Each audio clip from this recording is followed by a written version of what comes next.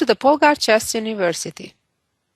In this lesson, our topic is when to exchange pieces and when not to. Well, there are a couple of rules of thumbs that you should remember. First of all, when you are ahead in material, that is, let's say you're up a knight or a rook or even just a pawn, usually you're more than happy to trade pieces of equal value. That is, trade for a queen or a rook for a rook, or even bishop for knight oftentimes. In situations when you are attacking, usually you do not want to exchange pieces unless with that exchange you are gaining material advantage. And logically, on the same token, if you are being attacked, your king is being heavily attacked, typically you're more than happy to exchange, especially queens. Let's see some examples on these principles. And of course, if a trade brings you a direct gain, usually gain of material, or sometimes even leading to checkmate, then you should certainly go for it. So let's see some examples on this topic. In this first position, we have equal material in this queen endgame. But it is black's turn. And black can force the exchange of the queens. And in this case, that will result in a direct gain for black, because black has a far passed pawn, a pawn very far from the white king. So if imagine that the two queens are off the board and black is free to keep pushing his pawn down to get promoted, it's not hard to get convinced that the white king is too far away to catch that pawn. Therefore, the correct solution here is to give a check, force the white queen to interpose, then trade of the queens, and now if we count 1, 2, 3, 4, while the white king needs 5 moves to reach that crucial promotion square. So as fast as the white king would be running, trying to catch the pawn, it will arrive just a move too short. Let's move on to our next position, in which case white is up an extra knight. Each side has queens, rooks, bishops, but white has an extra knight. The problem is that black has a strong attack and in fact is threatening immediately to move the queen to g2. Now, if you can imagine the two queens being off the board, it would be quite clear that white has winning endgame with the extra knight. But how can we exchange those queens? Well, in this case, it involves a nice, elegant combination and a fork. Try to sit back and figure out a solution for yourself. The correct answer is to give a check on c4, forcing pretty much black to capture the white queen, but now the black king and queen are in a forking position and white can comfortably win the queen back, win black's queen, leaving white a knight ahead. So these are examples to show that when you're ahead in material, you definitely want to exchange queens. Let's see the following example. And in this position, you will notice that the white king is right in the middle of the board. In the meantime, white is hoping to exchange queens. White wouldn't even mind to ruin the pawn structure somewhat after the queen trade. The story is that when a king is in the middle of the board, exposed to all kinds of attacks from the queen and rooks and other pieces, it's in big danger. However, the danger disappears if the queens disappear. Therefore, in situations when a king is stuck in the middle of the board, is not safe, you typically do want to keep your queen on the board. So in this case, it's a much better choice for black to move the queen away from the offer of exchange and, for example, give this check and then try to attack the white king. And let's move on to our next position.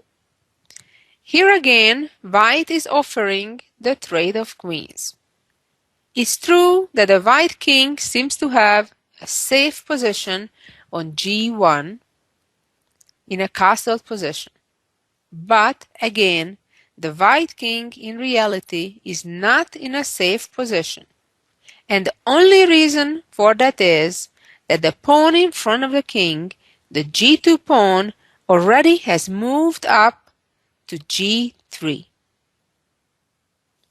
And this is only a problem when the opponent has a bishop on that same colors that are the squares around the white king. So in this case, black again, if they would trade queens, white would be off the hook. White would be pretty safe in that case. But black has a great opportunity in creating a battery between the bishop and the queen along that long light squared diagonal, and in fact immediately threaten to checkmate on g2 or h1. The only way white can avoid losing material is by interposing somewhere on that diagonal. But doesn't matter how white responds, white will lose material. Let's make a little change in the position. And here, black does not have a light squared bishop on that long diagonal, but the bishop is on a dark square on b6. So the same things don't apply as they did in the previous position. On the other hand, you can notice that here, white does not have a second bishop like they did in the previous position. Therefore, it's important to be aware of it, that black is a knight ahead. And that means when we're ahead in material, then typically we don't mind exchanging pieces. Of course, black certainly could move the queen away and it would not be a bad move at all. But it would be certainly a good idea also to exchange pieces and get closer to an endgame with less and less pieces, because the less pieces that are on the board, and I'm not talking necessarily about pawns, but other pieces than pawns, the closer the side with material advantage is to victory. And let's see the following position when the exchange is being used to gain time. This is a very typical scenario when one side would choose to trade a pair of rooks and then to gain a tempo by attacking the queen on the open file, and therewith gain control of the open file and oftentimes right away enter to the 7th rank, which is typically a good thing. And now let's see several examples from real game situations. This position has arisen in a famous game in the World Championship between Capablanca and Alekhine back in 1927. In this position, Black has just blocked the check with Queen to d7 and offering to exchange the queens. Typically, you only want to exchange pieces if it gives you some kind of gain or avoids some kind of trouble. Here, just like we talked about it a few positions ago, when a king is in the middle of the board, typically we do not want to exchange the queens.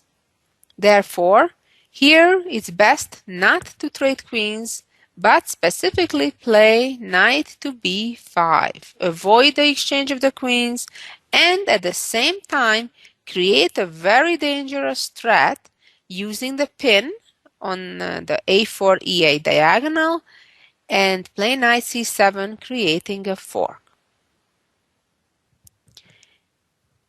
It's not so simple for Black to defend against this. Obviously, Black would not want to move the king and lose the right to castle. And the other moves also mostly fail to stop this threat. Pretty much the only move is to play knight c6, avoiding to lose material immediately. And now White can seek the momentum and capture on d5. If in this position Black recaptures with the knight, White would follow up with ambitious moves such as e4 and then, after the knight moves away, move the rook to d1, attacking the queen. Also, if Black would capture with the queen, even though it's a check, White wouldn't need to waste time moving the king out of the check, but would play e4. Again, with a very strong position, Black doesn't have time to capture on e4, as then White would follow up with a fork. Of course, if queen captures pawn, then first exchanging the queens on e4, and then knight c7, gaining Black's rook in the corner. In the actual game, Alekhine recaptured with a pawn, but this gave White a very clear strategical advantage now that a Black pawn is in an isolated, half-open file. It gives a target for White. Just a couple of more moves. White continued in the game by playing bishop f4, not giving up on the idea of the fork on c7 with the knight, and Black responded with rook c8, and after rook c1, White had a very clear advantage. White keeps putting pressure on Black, a renewed threat to play knight c7 because of the pressure on the knight on c6. The game, of course, went on for quite a bit longer, but White eventually won, and Black had already in this position serious difficulties. And let's see an example from another famous game that was played with the black pieces by also former world champion Mikhail Botvinnik. His opponent with white was Makogonov. In this position, the white king is in quite a miserable position, so obviously Black would not be looking to trade queens. However, Black didn't mind to trade a couple of other pieces in order to undermine the weakness of the light squares in White's position. This is what Botvinnik did. Traded the bishop for the knight, and then followed up by forcing the exchange of the bishops of light squares. You can see in this position that how weak the e4 and d3 squares are. White only has a dark squared bishops that can never ever defend those weak squares. Black has a clear advantage.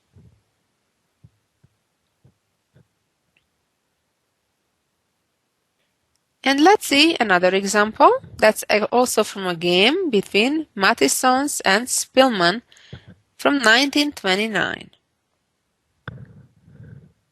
In this position, Black has an option to trade rooks. And so he did, thinking that on the following move they'll win a pawn. But White managed to save the game by immediately counterattacking, going after Black's knight by rook d1.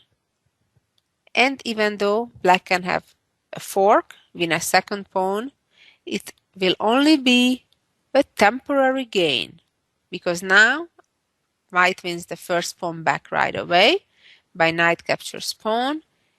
The d5 pawn is under attack.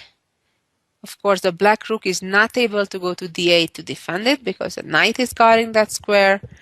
The black knight is not able to defend the pawn either.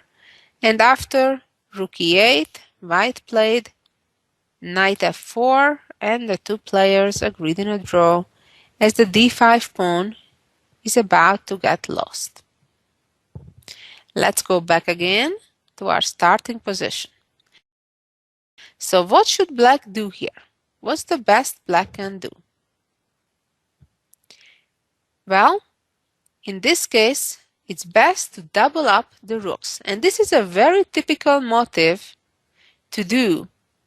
Rather than move away from that file with the other rook, bring a second rook and provoke White to trade, but under the conditions that are more favorable to Black. Of course, Black captures back with the rook rather than with the pawn, and now White still needs to deal with the weakness of the d4 pawn. For example, the following variation is possible. White moves the rook to d1 to protect the pawn, and Black goes after the white pawn on h3 by playing rook f3, followed by h4, and then Black would follow a typical endgame principle, bring the king to the game by king f7, and then move it up, perhaps to e4, or maybe in some cases going after White's h4 pawn, depending how White continued. Let's see the next position, which is also from a game of one of the great players from about 100 years ago, Spillman, against Levitsky.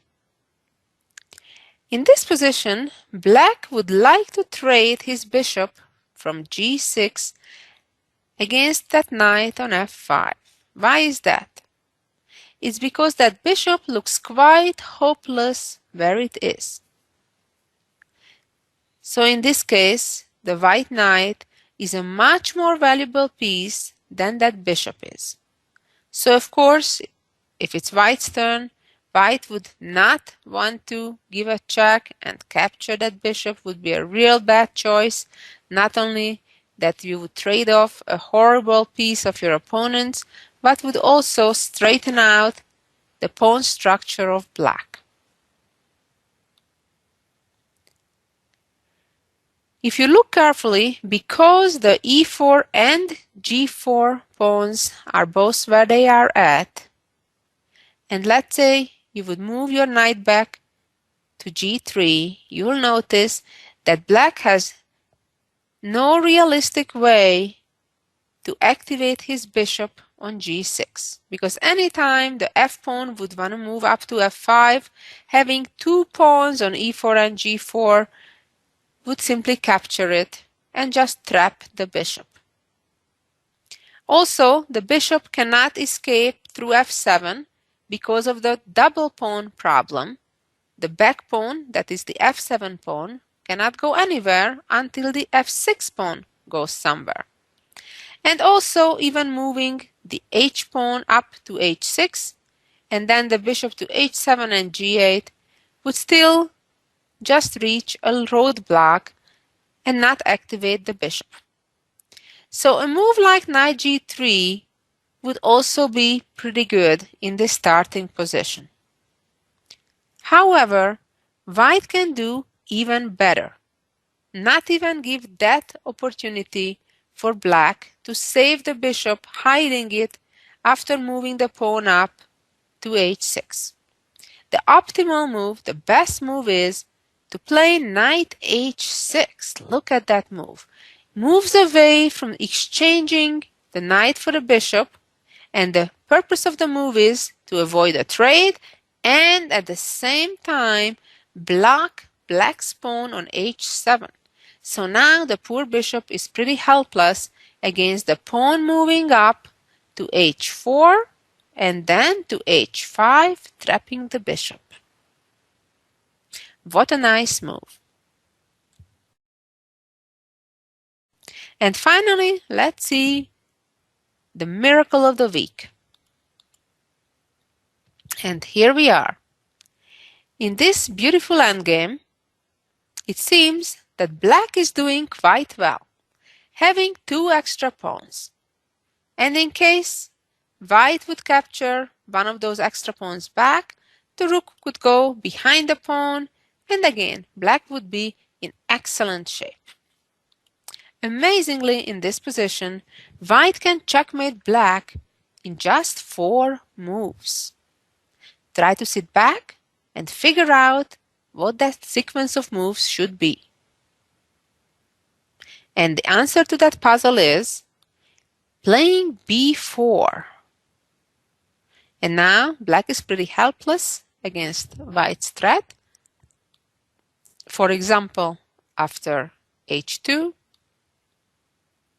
white would continue by sacrificing the rook in a beautiful way, and then the pawns become the heroes by checkmating the black king. What a beautiful endgame. Well, thank you for listening, and I hope you feel you know a bit more about when to exchange your pieces and when to avoid it. Thank you, and hope to have you listen next week again.